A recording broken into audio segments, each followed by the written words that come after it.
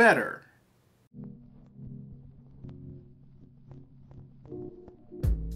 Today on Readus Reviews, I review Suicide Squad: Hell to Pay, the newest animated movie from DC Films and the newest installment in the DC Animated Universe movie universe. DC Animated Universe? DC Animated Movie Universe? One of those two.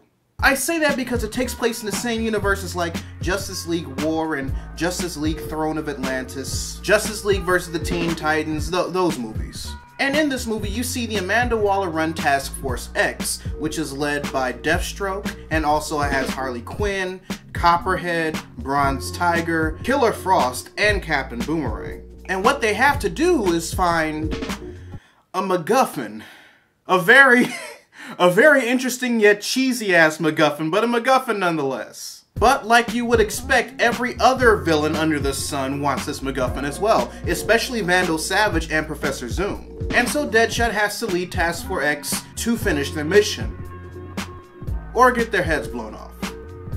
Whichever comes first. So as far as the story is concerned, I would have to say that it was very liberal in certain places, but it focused on the important things as well. I also like the fact that even if there weren't any visual representation that this was heavily inspired by a Grindhouse flick, you could immediately tell that this was meant to be pulpy from the get-go.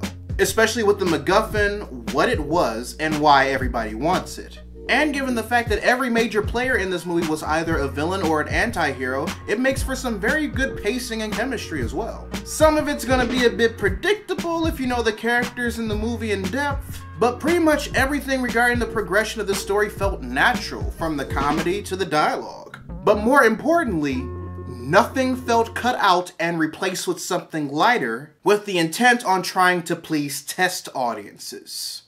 So even though there were characters that stood out to me the most, I have to acknowledge at least two voice actors in this movie. Vanessa Williams as Amanda Waller was pretty much perfect. And it's always good hearing Tara Strong voice Harley Quinn.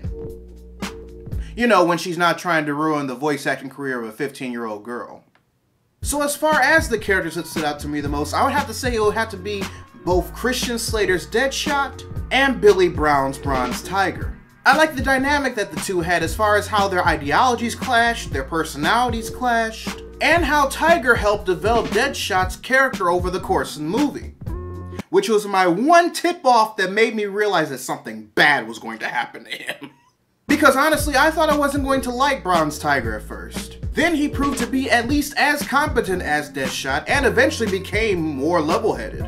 And when that happened, I pretty much went, oh. He only exists in this movie to help Deadshot become a better person, doesn't he? Fuck. Other things I liked about this movie is, like I said before, the whole Grindhouse feel. It definitely felt like something that Robert Rodriguez would have directed before his eventual fall to the dark side.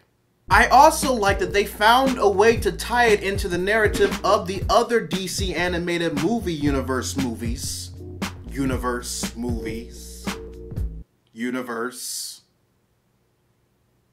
movies. And they did it in a way that didn't feel forced, and depending on what other DC animated films you've seen in the past, it just made all the sense. And I also like the fact that their animation budget was a bit better than Gotham by Gaslight this time around. I say that because their fight scenes had more of a natural flow to them that kind of rivals that of, you know, Japanese animators.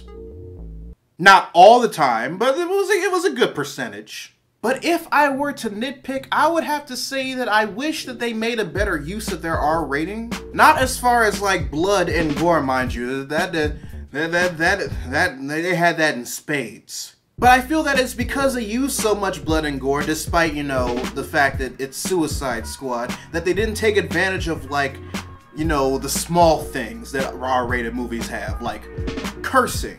Yes, there was cursing, but there wasn't cursing.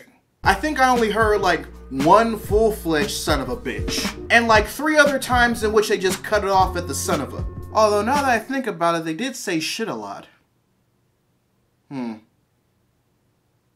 Oh well. Overall, readers, Suicide Squad: Hell to Pay was good. It was pretty good. The grindhouse feel was a nice touch. It still felt like its own singled out story, even though it's part of a bigger narrative, and it was just fun to watch. It's borderline on rented and DVD purchase for me, but yeah, that's where I pretty much rank it at. So anyway, readers, your homework assignment for the day. Write in the comment section below what you thought of Suicide Squad Hell to Pay if you've seen it. Also, be sure to subscribe to the channel and turn on notifications, because I post new videos every Monday, Wednesday, and every other Friday. But until then, this is Readus 101. Class dismissed.